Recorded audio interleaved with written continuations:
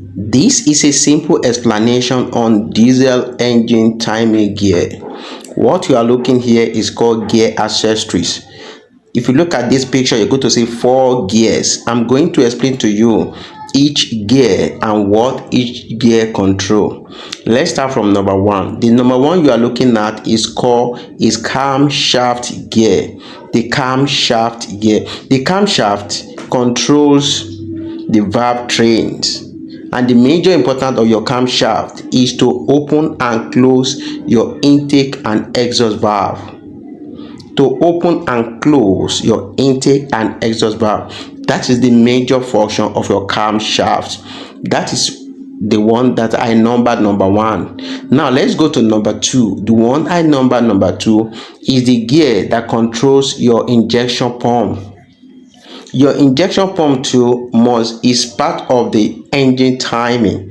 When you are timing your engine, there are 3 components that must be synchronized together. Number 1 is your camshaft, and number 2 is your injection pump timing.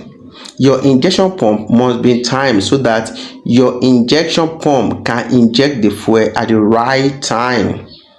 If it's not properly timed, that means it's going to inject at the wrong time.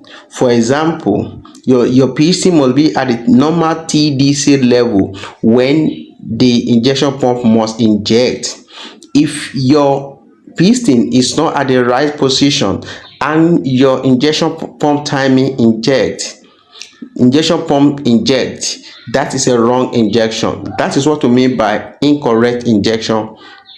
But here now, if you time your engine very well, your injection pump will also be synchronized with other components that will make it the injection to inject at the right time.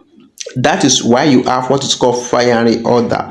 The firing order is going to guide your injection pump when to inject, which cylinder should inject, and how many cylinder. Is it a 6-cylinder engine? Is it a 4-cylinder engine? So with the help of this injection pump gear, it helps you to synchronize your injection pump with other components. Now let's go to number 3. Number 3 is a link gear.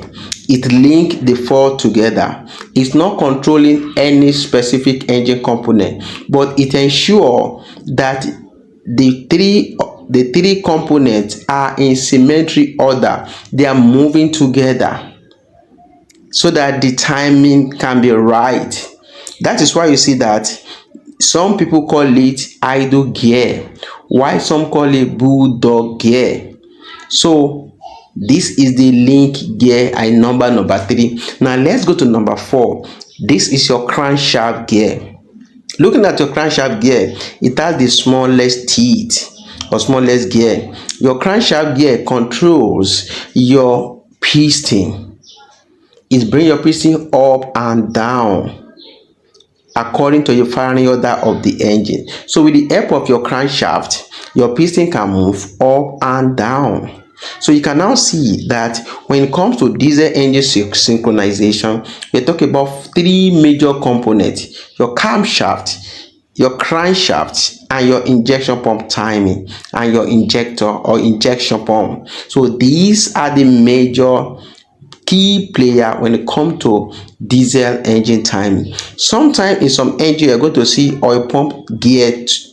If you see that, don't worry, you don't need to time your oil pump gear, because your oil pump is not time. It has no timing. It must keep supplying at every time. Now looking at the gear, you're going to see where I circle 3 places where you are going to see the timing mark where it intercept each other. That is how you link it. For example, if you look at the number 1, it has two timing mark, and there is one on the idle gear that will intercept it. That is what I circled there. This is for you as a beginner to understand how diesel engine timing works, or what is diesel engine timing. It is explained in such a way that you can understand. So when you're talking about engine timing, you're talking about your camshaft, your valve, when to open and close. You're talking about your injection pump, when fuel should be injected, and you're talking about your crankshaft, the position of the piston. Hope you get something from this video. If you get something from this video, please don't forget to follow me for more engine tips like this. See you in another video.